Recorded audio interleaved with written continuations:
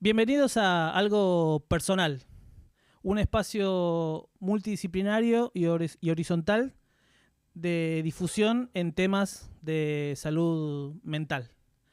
Este espacio pretende poder compartir vivencias, experiencias, motivaciones, impulsos, voliciones y también incertidumbres y miserias con respecto a lo que nos pasa a todos los que de alguna u otra manera trabajamos en el campo de salud mental y también desde los que del otro lado intentan entender lo que les pasa. Siempre el entendimiento está en términos de inferencias para nosotros los profesionales que exigen ser de precisión. Pero Galeano decía que la utopía estaba en el horizonte. Camina tantos pasos y se aleja aún más. Camina aún más y la utopía se sigue alejando. Ustedes pueden encontrar la cita con mayor precisión. Pero entonces, ¿para qué sirve la utopía? Y para eso, para caminar.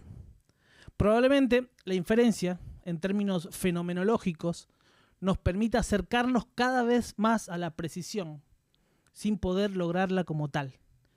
La precisión sería en salud mental algo así como la objetividad. Si alguno todavía en su sano juicio cree que es objetivo y que sus formas de pensar, de percibir y de vivenciar el mundo no está parasitado por sus experiencias, sus vivencias, el contexto, la cultura, un lugar y un tiempo determinado, pues es altamente vulnerable. Tal vez los momentos en donde más me he equivocado han sido cuando he estado completamente seguro de algo. Simplemente por eso, porque cuando estuve completamente seguro de algo, es que no me lo he podido cuestionar, no me lo he podido resignificar, no lo he repensado, no lo he elegido, no me he alejado de aquello. Y cuando la evocación vivencial me ha tocado, voluntaria o involuntariamente, acerca de aquel constructo que pudo haberse transformado en un paradigma o haber quedado semi-olvidado para el ejercicio cotidiano, ya es tarde, ya se transformó en rígido. Una vez una maestra, en un congreso, ella sabe quién es y si lo ve se va a acordar, yo siempre iba a los congresos y marcaba las charlas de ella. Y una vez haciéndole preguntas me dijo, así como para sacarme de encima: Gemar, deje de preguntarme de lo novedoso que yo presento en esto al respecto, porque ya lo he dicho. Pero si usted quiere leer algo novedoso, vaya a los clásicos. Así fue que hice para estudiar la personalidad, que es una de las líneas de investigación que nos persigue hace rato, no solo en términos individuales, en términos de obsesión profesional, si se me permite el término, sino también en términos colectivos en la Sociedad Argentina de Trastornos de la Personalidad y Psicopatías. Y no he encontrado más maravillosa definición de personalidad que la del maestro Henry en 1975. Henry decía más o menos que la personalidad se confunde con la identidad del yo. Y quiero que nos quedemos con este concepto porque me parece clave para después poder trascender a viejos paradigmas que necesitan ser puestos en tensión. Vuelvo a lo que quería compartir con ustedes en este primer espacio. Dice Henry en 1975 que la personalidad se confunde con la identidad del yo, lo que implica que el sujeto, o que el individuo, mejor dicho, sea sujeto de su propio conocimiento. Y eso que parece tan banal es tan trascendente, porque ser sujeto de nuestro propio conocimiento implica una habilidad metacognitiva que debemos desarrollar, entrenar y ejecutar en cada instancia adaptativa. El mundo es un gran campo de acción donde todos los objetos emiten actos, decía el maestro Juan Carlos Goldar.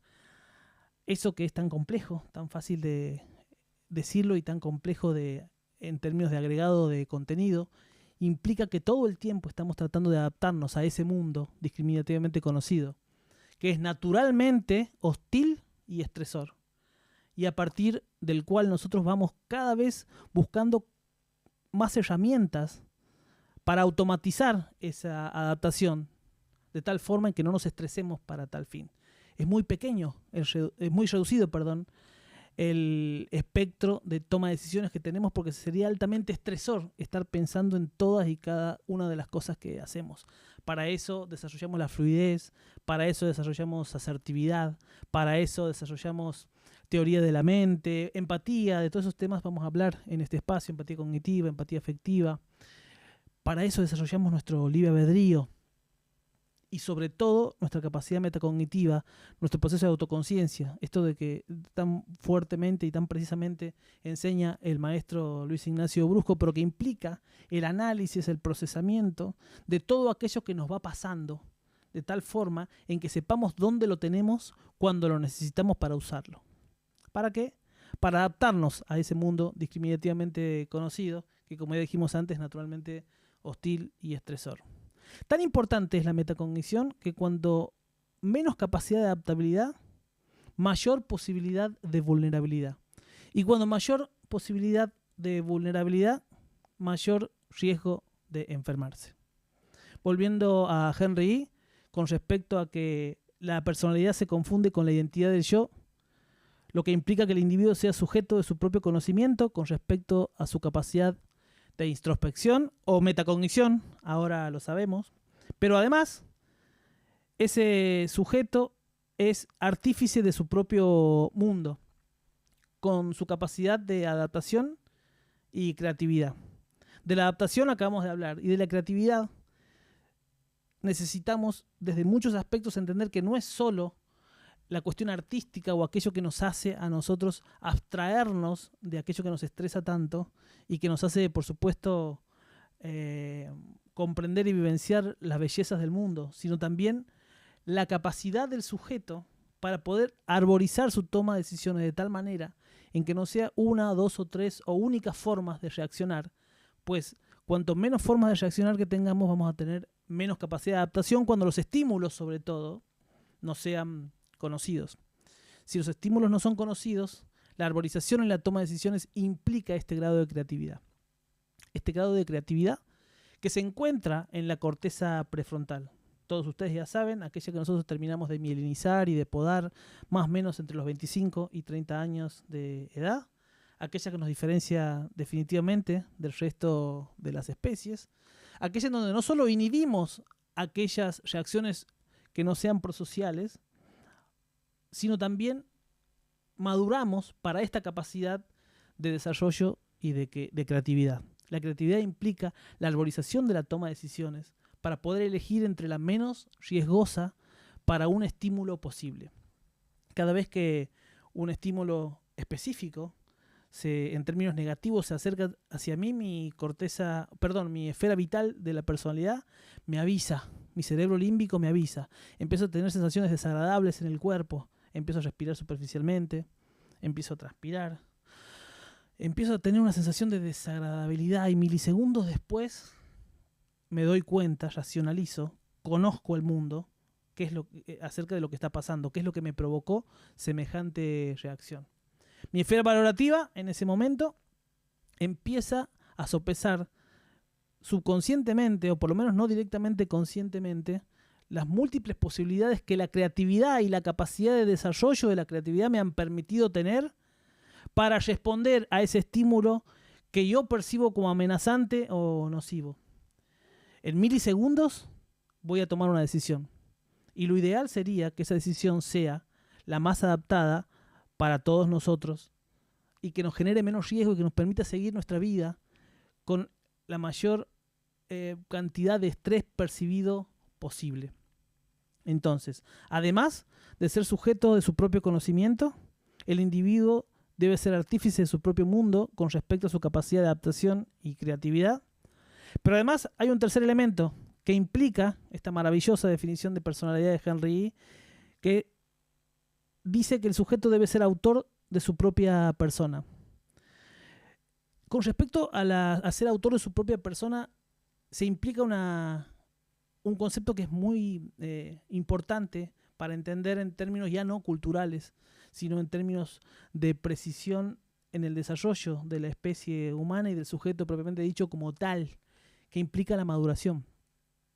La maduración no es solamente la adaptación cultural en términos de responsabilidad, ética o legal. La maduración implica la cantidad de herramientas que nosotros tenemos, automatizadas, por cierto, para la adaptación al mundo discriminativamente conocido.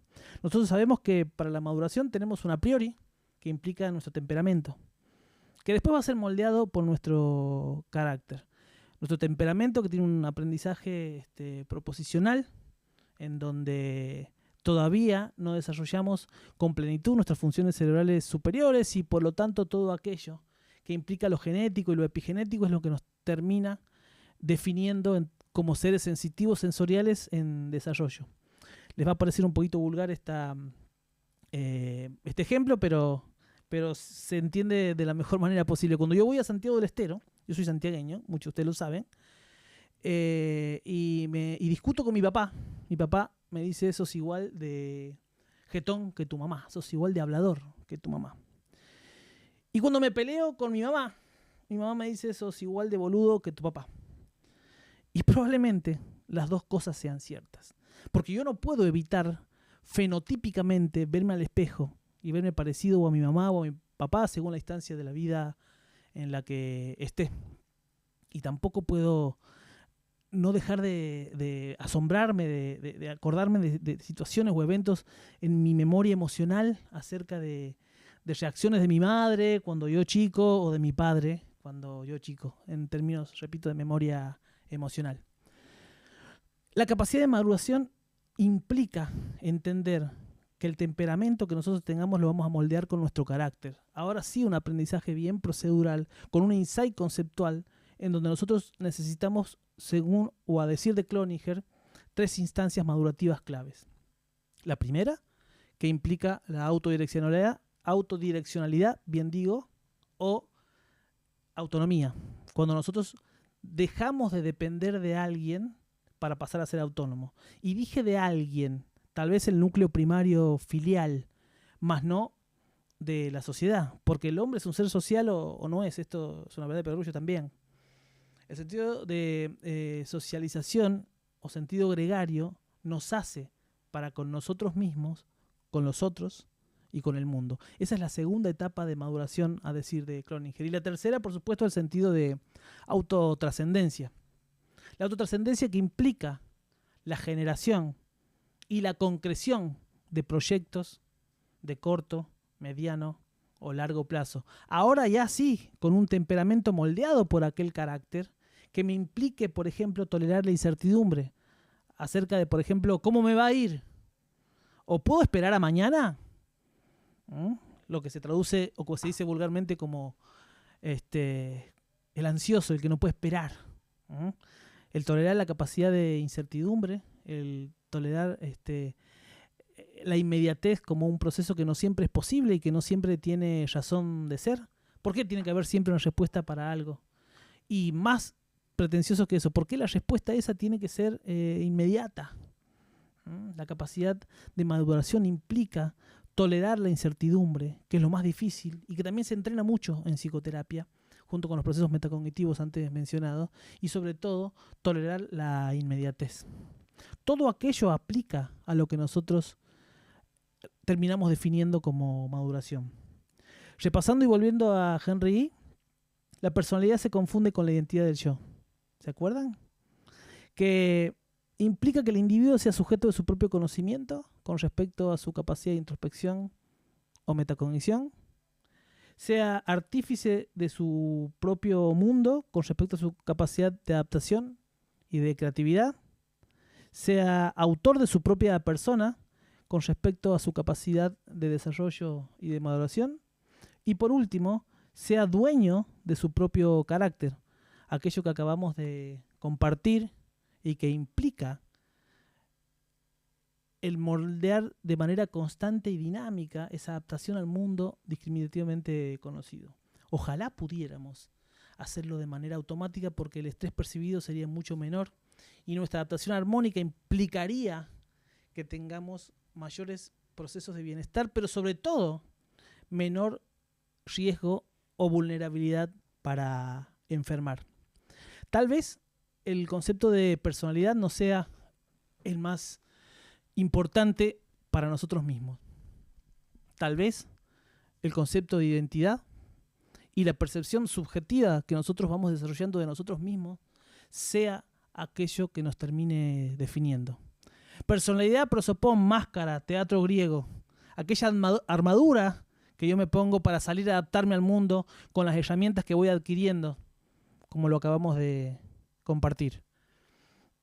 Ahora, la percepción subjetiva, aquello que yo construyo de mí mismo hacia mí mismo, va a interpelarme constantemente y va a ser nada más y nada menos lo que yo puedo hacer de mí mismo. Cómo me voy a tratar, cómo me voy a cuidar, la percepción y la vivencia del riesgo de mi propio yo, la relación con mi cuerpo, la relación con mis actitudes, la relación con mis emociones, aquellas que a veces puedo dominar y a otras veces no. Repito, el ejercicio metacognitivo constante y dinámico y sobre todo la capacidad de poder transformar aquello que me vulnera y que por lo tanto me pone en riesgo de enfermar. El maestro Goldar en alemán decía en uno de sus libros que cambiar en una empresa azarosa. En las construcciones que va teniendo cada uno cuando lee continuamente este tipo de libros, yo me considero un fanático del maestro Goldar, el gran maestro para mí de la psiquiatría argentina, de la escuela neurobiológica germano-argentina. Por algo este espacio se llama algo personal. Me imagino, leyendo a Goldar y escuchando a los pacientes, que me está diciendo: no le proponga al paciente cambiar para estar mejor, porque lo está llevando directamente a frustrarse o a fracasar y a perpetuar el cuadro de malestar que lo trajo al frente suyo. Cambiar es una empresa azarosa, más adaptarse y transformar aquello que nos pasa de tal forma en que su evocación, consciente o no consciente, no sea tan negativa o tan negativa como para que afecte definitivamente nuestra salud, tal vez sea el desafío. La construcción de lo identitario, aquello que nosotros sentimos y pensamos de nosotros mismos, ya no solo implica que nosotros podamos fortalecer aquella vivencia del riesgo de nuestro propio yo para no vulnerarnos, sino también del poder chequear constantemente cómo gestionamos, cómo vivenciamos y cómo expresamos nuestras emociones. Sentimientos, que le dicen, son los que van a asegurar aquella cuestión tan anárquica como propia de la especie humana llamada emoción. Si hay algo que he aprendido de la neurociencia este tiempo, es no solo a cuestionarme aquellos preceptos impuestos como paradigmas por el estatismo de una determinada academia o por lugares que instrumentalmente hacen que uno funcione de una manera, aunque sea disruptiva, pseudoadaptativa. Nosotros le llamamos guardia médica al lugar donde yo trabajo, en un lugar que no tiene laboratorio, después de las 8 de la noche, en donde prácticamente somos dispensadores de medicamentos o una salita de primeros auxilios en el mejor de los casos. Y entonces uno crea que de esa manera está funcionando o sigue funcionando para sostener el status quo de muchas personas que simplemente no quieren que nada cambie, porque eso sería poner en tensión su propio status quo. Pero como uno no puede incidir sobre las otras personas, pero sí sobre uno mismo, y esa situación a uno lo empodera, pues entonces aquello que yo pueda hacer con lo que tengo y con lo que me dejaron, probablemente se transforme en algún momento en mi potencialidad. Ahora bien, no es esto a cualquier costo o a cualquier precio. El desarrollo de lo identitario implica aquello que yo no estoy, a lo que yo no estoy dispuesto a renunciar para sostenerme como sujeto, y ya no solo para vivenciar los riesgos de mi propio yo. Adaptabilidad implica flexibilidad, no solo cognitiva, sino también ideoafectiva. Adaptabilidad implica que los estímulos del mundo que considero nocivos de manera subjetiva no lo sean tanto cuanto más frecuentes sean, o que impliquen que yo pueda aprender a convivir con eso sin que esto se llame resignación. La resignación, por supuesto, es un lugar totalmente nocivo en términos de vulnerabilidad para todos nosotros. Probablemente identidad y personalidad sean la excusa de este primer encuentro para poder ampliar la bibliografía que podamos tener al respecto, para que podamos seguir comentando en los chats del canal de la Sociedad Argentina de Trastornos de la Personalidad y Psicopatía, donde vamos a compartir estos espacios. Espero que sea el primero de varios espacios al respecto. Ya tengo pensado un par, pero necesitábamos empezar. Estábamos en septiembre y no habíamos empezado a comunicarnos de esta manera por muchos motivos. Subjetivos, por cierto, pero no con menos ganas de todo el tiempo estar pensando y hablando con quien hace posible todo esto, que está por acá acompañándome como siempre, de cuándo vamos a empezar y cuándo vamos a empezar, y siempre tolerando las circunstancias en términos de implicaciones. ¿No? Cuando uno se siente contenido porque lo entienden, bueno, no hace falta que les explique mucho más.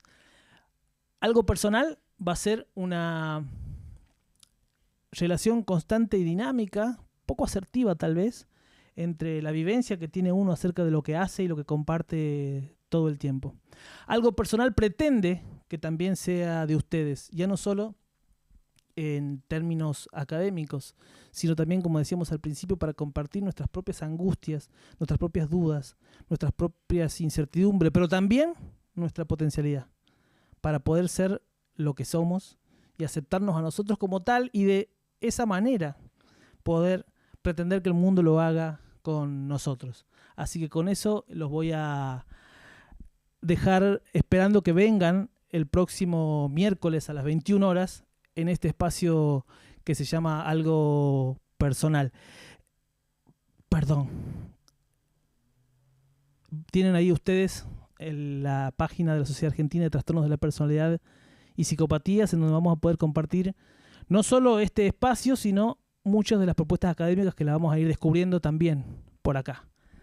Así que antes de irme, y me voy preparando para tal fin, porque si no es medio tarde y cada uno se tiene que ir a dormir, les quería decir puntualmente, no me voy a olvidar tampoco de ustedes. Este es un espacio multidisciplinario, horizontal, para difusión de temas de salud mental. Y como me dedico a esto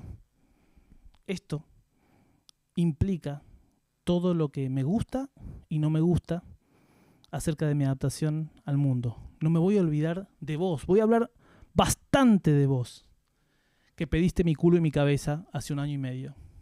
¿Te acuerdas? En el hospital. Vos lo sabes bien. Vos sabés quién estaba. Voy a ocuparme mucho de cómo distribuyes el dinero que corresponde desde la municipalidad para las guardias médicas. ¿A dónde lo destinas? En vez de ir a las guardias médicas, ¿a dónde destinas los cargos que dicen que son para las guardias y a dónde los colocas? Me voy a acordar muchísimo de vos. Me voy a acordar muchísimo de vos también, que me dijiste un día, tirando toda la ilusión que yo tenía en un trabajo, con una frase tan sencilla y tan perversa como: Gemar, no importa el fondo, no importa lo que usted sepa o no importa cómo comparta la psicopatología. Lo más importante en este ambiente son las formas. El fondo, en el fondo, no existe. Me voy a ocupar de vos también. Me voy a ocupar de que todo el mundo sepa que pregonas eso en uno de los lugares forenses más importantes de Latinoamérica. Y lo voy a hacer porque este espacio, a pesar de ser un espacio multidisciplinario de difusión en temas de salud mental, también es algo personal. Buenas noches.